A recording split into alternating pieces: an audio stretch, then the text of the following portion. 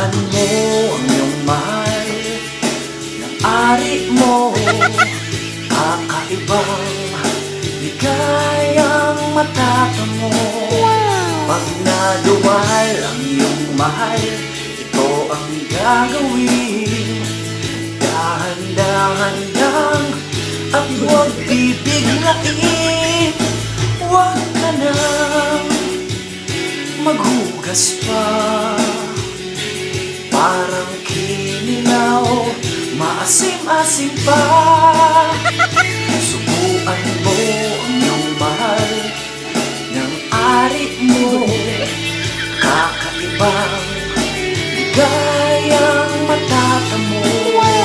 Pag naduwal ang iyong mahal, ito ang gagawin. Dahan-dahan lang at huwag bibiglain.